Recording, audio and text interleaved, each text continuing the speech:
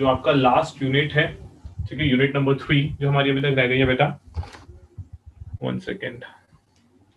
तो chapter number 7 में अभी तक हमने बेसिक पढ़ा था, what is aggregate demand and the components of AD. AD के बेटा मैंने आपको 4 कंपोनेंट्स बताए थे। यस, जल्दी से बताएंगे एडी के 4 कंपोनेंट्स कौन कौन से होते हैं। AD is equal to private consumption expenditure, consumption plus investment expenditure plus government expenditure plus net export. आज की क्लास में बेटा हमारा मेन कंसेप्ट रहेगा एग्रीगेट डिमांड इन टू सब पहली वाली क्लास का सेक्टर। रिवाइज करा दो। बच्चे वो पॉसिबल नहीं है, तो पहली वाली क्लास का रिवाइज कराऊंगा तो वो आज का टाइम फिर उसी में निकल जाएगा, आगे टॉपिक नहीं हो पाएगा। सर और बहुत 20 दिनों बाद क्लास हुई है तो याद नहीं है थोड़ा। बच्चे कुछ एडी की डेफिनेशन बताई थी बस। एग्रीगेट डिमांड क्या होता है? चारों सेक्टर्स जब मिलके कंजम्पशन करते हैं उसको एडी बोलते हैं। Okay sir. एग्रीगेट डिमांड की डेफिनेशन की थी हमने बस, और मैंने 4 कंपोनेंट्स बताए थे एडी के। एग्रीगेट डिमांड का मतलब क्या होता है? जितने भी सेक्टर्स हैं इकोनॉमी में, ओपन इकोनॉमी में, that is private final consumption expenditure, government expenditure, investment expenditure and foreign sector, that is net export. जब सबका टोटल करते हैं तो then it becomes a aggregate demand, वो एग्रीगेट डिमांड बन जाती है। आज का हमारा मेन टॉपिक है बेटा एडी इन 2 सेक्टर मॉडल, क्योंकि आपके 12th क्लास के अंदर सिर्फ 2 सेक्टर मॉडल है। थ्योरी के अंदर क्वेश्चन आ सकता है एडी के आपके चारों पॉइंट्स को एक्सप्लेन करने के लिए, लेकिन जितने भी न्यूमेरिकल क्वेश्चन आएंगे, जितने भी बेटा न्यूमेरिकल क्वेश्चन होंगे आपके पास, या जितना भी आपका कंसेप्चुअल पार्ट होगा, प्रैक्टिकल पार्ट होगा, उसमें आपको सिर्फ क्या करना है? 2 सेक्टर मॉडल करना है। 2 सेक्टर मॉडल के अलावा 3 और 4 सेक्टर की बात हम नहीं करेंगे, ठीक है? 3 और 4 सेक्टर की बात हम नहीं करेंगे। आज की क्लास इंपॉर्टेंट इसलिए भी है बिकॉज इस क्लास में हम समझेंगे बेटा एग्रीगेट डिमांड की शेप क्या होती है, इसका एक्चुअल मीनिंग क्या होता है, how aggregate demand is differ from individual demand और मार्केट डिमांड, जो हम माइक्रो इकोनॉमिक्स में 11th क्लास में पढ़ चुके हैं। तो एडी इन 2 सेक्टर मॉडल में एक एक्सप्लेनेशन लिख पा रहा हूं आपको, पहले उसको समझते हैं, देन इसके ऊपर डिस्कशन करेंगे। लिखो बेटा, aggregate demand has 4 components, aggregate demand has 4 components, comma, aggregate demand has 4 components, comma, वो 4 कंपोनेंट्स कौन से? ये रहे 4 components, comma, but we will assume that but we will assume that but we will assume that we will assume that AD is a function of AD is a function of consumption expenditure. AD is a function of consumption expenditure and investment expenditure. AD is a function of consumption expenditure and investment expenditure. That means in 2 sector model, AD is the sum total of consumption expenditure and investment expenditure. Actual में बेटा real life में हमेशा AD 4 sector model में पढ़ा जाता है, जिसमें government का रोल भी आता है और नेट एक्सपोर्ट का रोल भी आएगा। बट इन 2 सेक्टर मॉडल हम गवर्नमेंट को और नेट एक्सपोर्ट को साइड पे कर देते हैं, उसे हम नहीं देखते। उसके पीछे रीजन क्या है? क्योंकि 12th क्लास में हम सिर्फ मीनिंग समझ रहे हैं, एडी होता क्या है, उसमें गवर्नमेंट इंटरवेंशन और फॉरेन सेक्टर अगर इंटरवेंशन हो जाए तो पूरी की पूरी एक बुक बन जाएगी, ठीक है? वो हम ग्रेजुएशन में देखते हैं, लॉन्ग रन में चला जाएगा। अभी हम बेसिक टर्म देखते हैं बेटा, एडी को सिर्फ 2 कंपोनेंट में हम एज्यूम कर रहे हैं कि 12th क्लास में एग्रीगेट डिमांड जो है दो कंपोनेंट्स का टोटल है बेटा, कंजम्पशन और इन्वेस्टमेंट। आप जल्दी बताएंगे कंजम्पशन एक्सपेंडिचर करता कौन है? इकोनॉमी में कंजम्पशन एक्सपेंडिचर कौन करेगा? House hold. House hold sector. और इन्वेस्टमेंट एक्सपेंडिचर कौन करेगा?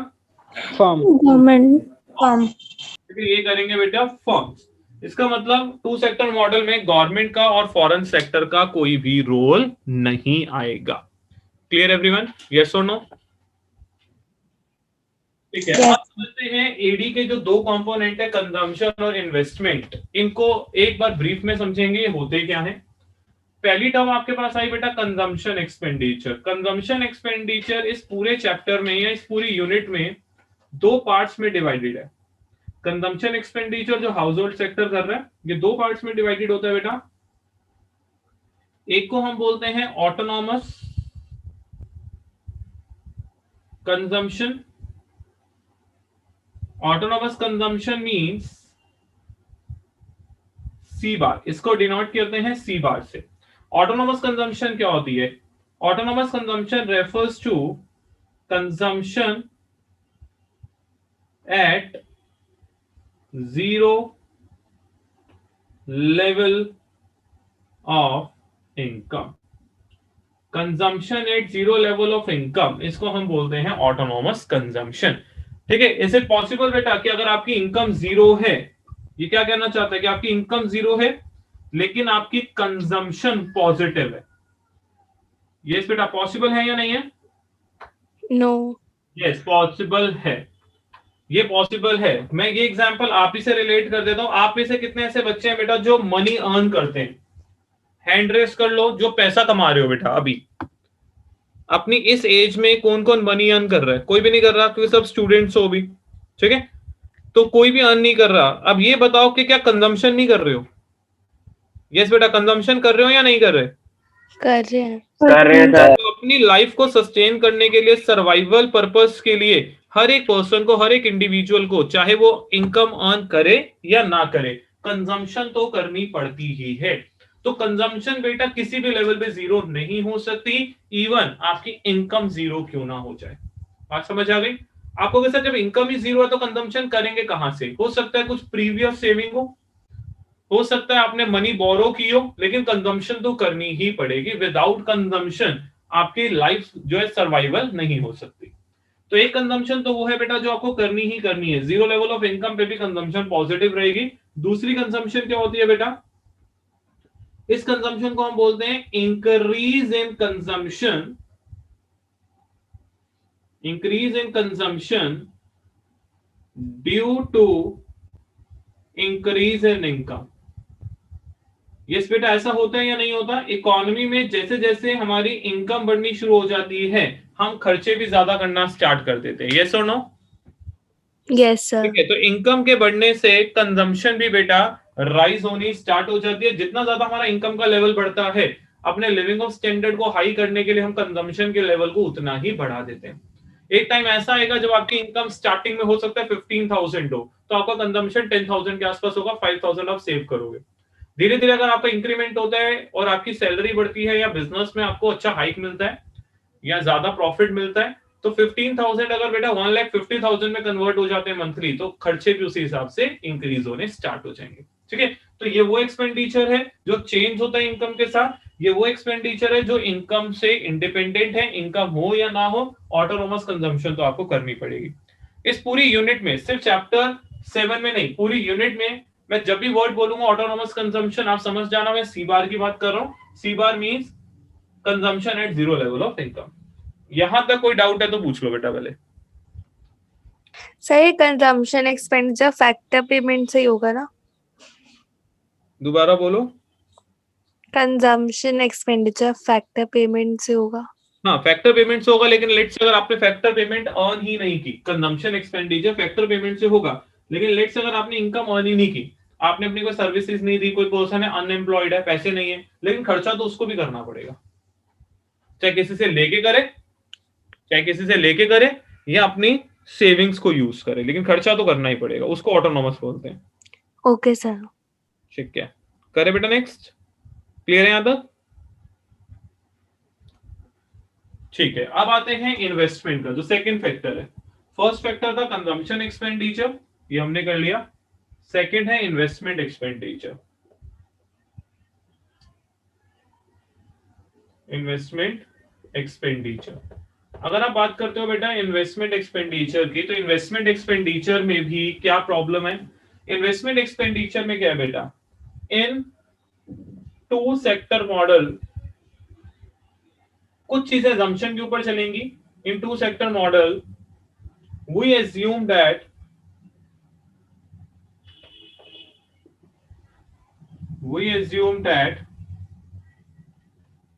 investment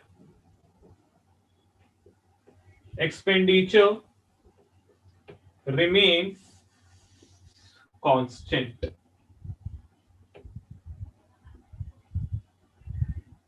Investment expenditure remains constant. तो in two sector model we assume that investment expenditure remains constant. ठीक है, ये हमारी assumption है कि टू सेक्टर मॉडल में इन्वेस्टमेंट हमेशा कांस्टेंट रहेगी, ये चेंज नहीं होगी। ऐसी इन्वेस्टमेंट जो आपको करनी ही करनी है। ठीक है, इसका मतलब टू सेक्टर मॉडल में एडी का फॉर्मूला होगा बेटा सी प्लस आई, आई के ऊपर लगा देंगे बार। ये बार क्या शो करता है कि इन्वेस्टमेंट कांस्टेंट है। Clear everyone? कर लो नोट यहां तक।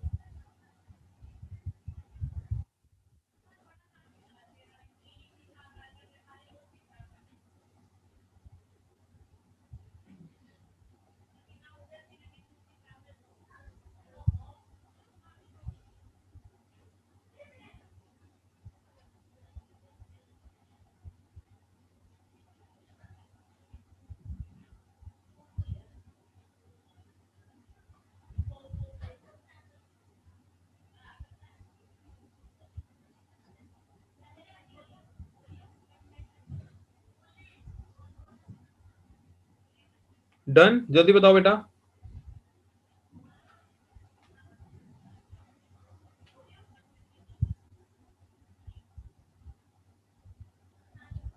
सर ये सी बार ऑटोनॉमस कंजम्पशन पे ही है।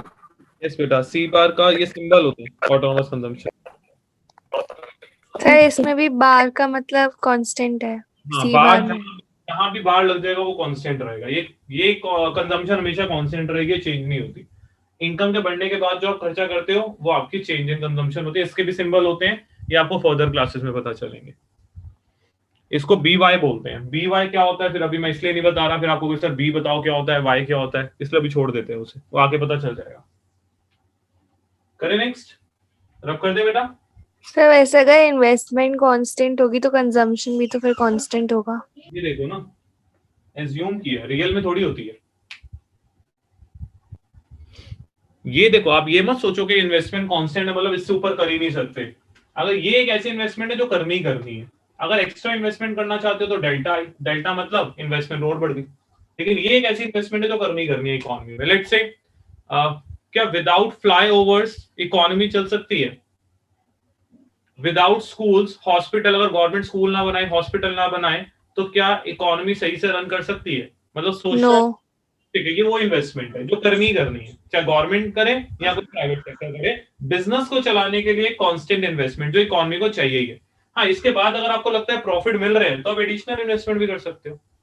वो धीरे धीरे सारे कंसेप्ट आएंगे। अब इसके अंदर हम एडिशनल इन्वेस्टमेंट ऐड कर देंगे। इसका मतलब ये नहीं है कि इकोनॉमी में इन्वेस्टमेंट बढ़ेगी नहीं, ये वो इन्वेस्टमेंट है जो करनी ही करनी है, इसके बिना काम ही नहीं चलेगा। जैसे स्कूल है, एक स्कूल को एक बेसिक इन्वेस्टमेंट करनी होती है, क्या उसको अपनी बिल्डिंग बनानी है, इंफ्रास्ट्रक्चर डेवलप करना है, ये बेसिक इन्वेस्टमेंट है। हाँ, इसके ऊपर वो जितनी मर्जी इन्वेस्टमेंट करे, स्मार्ट बोर्ड्स लगवा दे या ग्राउंड में और अच्छा इंफ्रास्ट्रक्चर क्रिएट करते, वो उसकी मर्जी है। वो तब करेगा जब उसको प्रॉफिट ज्यादा मिलेंगे। ठीक है दिया? Yes sir. करें बेटा, रब करें। Yes sir. Yes sir. देखो अब देखते हैं बेटा, एग्रीगेट डिमांड को हमने बेसिक उसका मीनिंग समझ लिया। ये पता चल गया टू सेक्टर मॉडल में एग्रीगेट डिमांड के दो कंपोनेंट है, सी एंड आई। थ्योरेटिकल पार्ट में 4 है, प्रैक्टिकल पार्ट में 2 कंपोनेंट्स है। अब इस एग्रीगेट डिमांड को समझते हैं टेबुलेशन फॉर्म में, शेड्यूल की फॉर्म में एंड ग्राफिकल फॉर्म में। मैं एक टेबल बनानी आपको सिखा रहा हूं। ये टेबल सिर्फ चैप्टर नंबर 7 में यूज नहीं होगी। चैप्टर 7 के सारे कंसेप्ट, चैप्टर 8 के सब कंसेप्ट्स में यही टेबल आपको यूज करनी है। तो कुछ लॉजिक भी बताऊंगा, रूल्स बताऊंगा, टेबल बनानी कैसे। लेट से इनकम 0 है, 100, 200, 300, 400, 500, 600। 0 से स्टार्ट करके इनकम को 600 तक ले जाना। आपको कैसे जरूरी है 600 लेके जाने? नहीं, आप 400 तक भी रख सकते हो, 300 तक भी रख सकते हो, 700, 800, 900 आपकी मर्जी है। ये भी जरूरी नहीं है आप 100 के गैप से इंक्रीज करो, आप 50 के गैप से इंक्रीज कर लो, 20 के गैप से इंक्रीज कर लो, आपकी मर्जी। लेकिन एक कॉमन टेबल याद रखोगे तो बेटर है। 0 से 600 तक मैंने इनकम ले ली। कंजम्पशन, लेट से मैंने लिख दिया बेटा 0 लेवल पे कंजम्पशन 40 है। पॉसिबल है या नहीं है? पॉसिबल है। पॉसिबल है। कौन सी कंजम्पशन है, जल्दी बोलो। ऑटोनॉमस। ऑटोनॉमस। ऑटोनॉमस मतलब सी बार, ये ऑटोनॉमस कंजम्पशन है जो 0 लेवल ऑफ इनकम पे भी आपको करनी पड़ेगी। अब मैंने क्या किया बेटा, कंजम्पशन पहले 40 लिया, अब इसको मैंने 80 से इंक्रीज कर दिया। पहले 40 लिया, अब 80 से इंक्रीज कर दिया अपने टेबल को कंप्लीट करने के लिए। क्वेश्चन ये आता है कि सर 80 से ही इंक्रीज क्यों किया? सर अगर हम इसको 70 से इंक्रीज करना चाहें तो कर सकते हो, 60 से उससे भी कर सकते हो, 40 से उससे भी कर सकते हो, 90 से उससे भी कर सकते हो। सर 100 या उससे ज्यादा से नहीं कर सकते। उसके पीछे रीजन है। रीजन क्या है? जब हमारी इनकम बढ़ती है बेटा, तो हमारा कंजम्पशन इनकम से कम प्रोपोर्शन में बढ़ते हैं या ज्यादा प्रोपोर्शन में बढ़ सकता है? कम। कम। इसीलिए कंजम्पशन को इंक्रीज करना इनकम के कम प्रोपोर्शन में। इनकम कितने से इंक्रीज की थी हमने? 100। ठीक है, तो लेस देन 100 आप जो मर्जी इंक्रीज कर लो। आप 70 से इंक्रीज करना चाहते हो, 60 से करना चाहते हो, 40 से करना चाहते हो, 50 से करना चाहते हो, आपकी मर्जी। बस कंजम्पशन को मैंने अपने हिसाब से 80 से कर दिया, आप 70 से भी कर लोगे तब भी कोई प्रॉब्लम नहीं है। बात समझ आ गई बेटा? यस और no? Yes Yes, sir. sir. यार ऐसा ही होता है ना, जब इनकम अर्न करते हैं तो सेविंग भी तो करते हैं, सारी खर्च थोड़ी कर देंगे। ठीक है, नेक्स्ट आ जाओ बेटा, second component of AD that is I. I investment remains constant at all level of output. मैंने इसको 40 एज्यूम किया है, आप 20 करो, 60 करो, 80 करो, आपकी मर्जी, जो एज्यूम करना हो कर लेना। मैंने 40 एज्यूम कर दिया। ठीक है, एडी का फॉर्मूला बोलो क्या होता है? C plus I bar in two sector model. Two sector model में C प्लस आई बार हुआ, प्लस करो बेटा this plus this, 80, 160, 240, 320, 400, 480, 560। Clear? Yes और नो? Yes sir. ठीक है, आ जाओ आगे।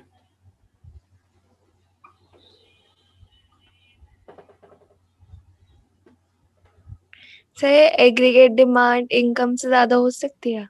एग्रीगेट डिमांड इनकम से ज्यादा पॉसिबल है,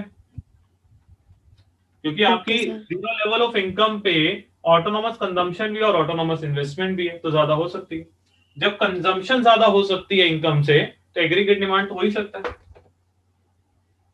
ठीक है, ये आ गया बेटा आपका income, that is Y. Income को हम वाई बोलते हैं। ठीक है, यहां पे हम बनाएंगे एडी। एडी के दो कंपोनेंट है, सी प्लस आई बार। अच्छा, इन्वेस्टमेंट कांस्टेंट है, तो कर्व की शेप क्या बनेगी बेटा? Straight line. Horizontal straight line बोलो। Horizontal straight line parallel to x axis, यही बनेगी। यस और नो? Yes sir. ठीक है, हॉरिजॉन्टल स्ट्रेट लाइन बना दी पैरेलल टू एक्स एक्सिस। अब देखो कंजम्पशन कर्व 40 से स्टार्ट हुआ। अब मुझे ये बताओ consumption zero level of income पे 40 से स्टार्ट क्यों हुई? उसके पीछे रीजन क्या है? ये गैप क्या है बेटा? Autonomous consumption. ऑटोनॉमस कंजम्पशन, ये गैप है ऑटोनॉमस कंजम्पशन का। इसका मतलब कंजम्पशन इंक्रीज होगी और पॉजिटिवली स्लोप भी जाएगी। ओरिजिन के ऊपर से स्टार्ट होगी और पॉजिटिव स्लोप बनेगा। पॉजिटिव स्लोप क्यों? क्योंकि कंजम्पशन और इनकम के बीच में क्या रिलेशन है? डायरेक्ट।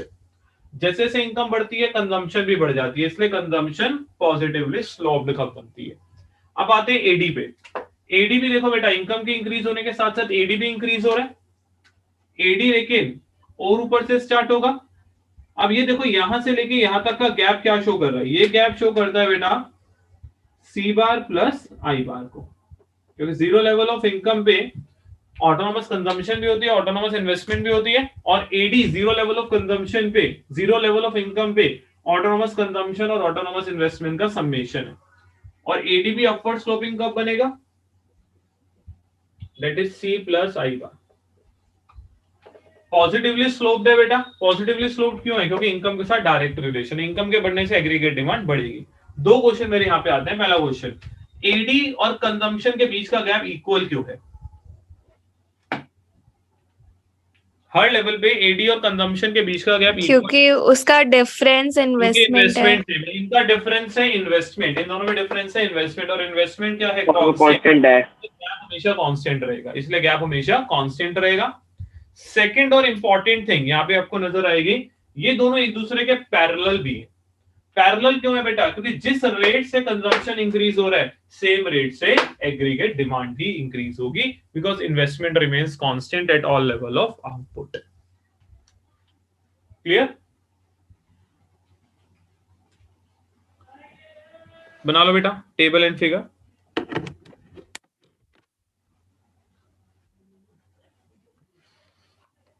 ठीक है, अंश अगर सेविंग बढ़ाएगा भी ना, तो कंजम्पशन का लेवल तो बढ़ेगा ही बढ़ेगा बेटा। चाहे इनकम के कम प्रपोर्शन में बढ़े, लेकिन कंजम्पशन तो इंक्रीज होती है। कभी ऐसा नहीं हो सकता कि आपकी कंजम्पशन डिक्रीज हो जाए।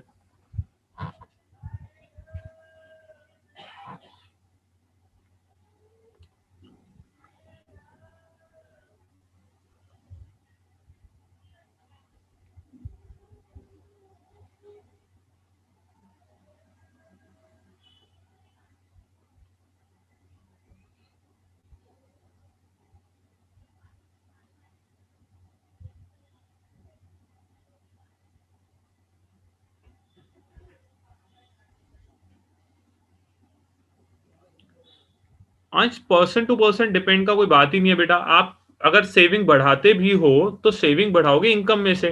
आप ये तो नहीं कर सकते ना इनकम से भी ज्यादा सेविंग कर लो। इनकम का कुछ पार्ट तो सेव करोगे, तो कंजम्पशन तो बढ़नी है।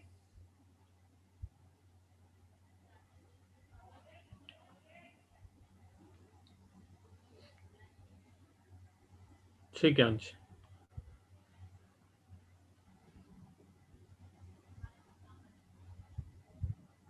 यस बेटा, जल्दी से नोट करेंगे इसे।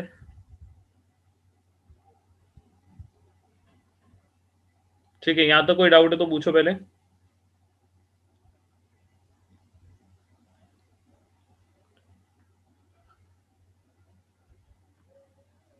क्लियर है सबको? Yes sir. ठीक है, तो अब आगे फर्दर चैप्टर्स में जब भी हम एडी की फिगर बनाएंगे तो आपको बाद में दोबारा नहीं बताऊंगा मैं कि एडी बेटा इस शेप की क्यों बनी। आपको याद होगा माइक्रो इकोनॉमिक्स में हम इंडिविजुअल डिमांड कर्व और मार्केट डिमांड कर्व ड्रॉ करते थे, तो वो इस शेप का आता था बेटा। डिमांड तो हमेशा डाउनवर्ड स्लोपिंग होता था। क्यों होता था डाउनवर्ड स्लोपिंग? क्योंकि यहाँ प्राइस लिखते थे, यहाँ क्वांटिटी डिमांडेड, तो आप कहते थे प्राइस और डिमांड में क्या रिलेशन है, इनवर्स, इसलिए डिमांड कर्व डाउनवर्ड स्लोपिंग है। लेकिन एग्रीगेट डिमांड कर्व का रिलेशन हम देखते हैं इनकम के साथ। इनकम और एग्रीगेट डिमांड में क्या रिलेशन है, पॉजिटिव। इनकम बढ़ेगी, डिमांड भी बढ़ेगी, इसलिए ये अपवर्ड स्लोपिंग है। सेकंड और इंपॉर्टेंट पॉइंट, ये ओरिजिन के ऊपर से स्टार्ट क्यों हुआ? Why AD curve starts above the origin? Because zero level of income पे aggregate demand summation होता है autonomous consumption and autonomous investment का। Autonomous means जो zero level of income पे भी पॉजिटिव हो। ठीक है, क्लियर बेटा यहां तक सबको? कोई भी डाउट है तो पूछ सकते हो।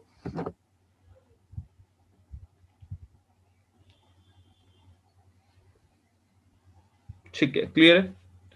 तो बेटा अभी तक हमने क्या क्या कर लिया? एग्रीगेट डिमांड क्या होता है, उसकी डेफिनेशन, एडी के कितने कंपोनेंट्स होते हैं ये जल्दी बताएंगे। थ्योरी में 4। कुछ भी ना दे तो 4, तो आपको चारों कंपोनेंट्स एक्सप्लेन करने के लिए आ सकते हैं। C plus I plus G plus NX। AD has 4 components, C plus I plus G plus NX। भैया C plus I plus G plus NX का कंसेप्ट सिर्फ फर्स्ट क्वेश्चन में रहता है। उसके बाद हम कहते हैं हम 12th क्लास में स्टडी करते हैं सिर्फ 2 सेक्टर मॉडल की। इसका मतलब एडी के 2 कंपोनेंट है, सी और आई, और कोई कंपोनेंट नहीं है। और उसमें भी इन्वेस्टमेंट क्या है बेटा, कांस्टेंट है। क्लियर हुआ बेटा? यस और नो? Yes sir. ठीक है, चलो आज के लिए इतना ही, क्योंकि बी सेक्शन को भी इतना ही कराया। बाकी बेटा नेक्स्ट क्लास में कोई डाउट है तो पूछ सकते हो। कल एएस कंप्लीट करेंगे। आज एडी बता दिया, इसकी थोड़ी सी एक्सप्लेनेशन लिखवाऊंगा नेक्स्ट क्लास में, देन एएस। हाँ जी मन सर कल हॉलीडे नहीं है क्या? अभी तक कोई मैसेज नहीं है। Okay sir. अगर होगा भी तो मे भी हो सकता है कि फीमेल टीचर्स को दे दें, हमारा क्या काम है, हम हाँ सर। सकते हैं। बाकी डिपेंड करता है स्कूल के मैसेज पे। ठीक है, ओके अंश, ठीक है बेटा लीव कर दो।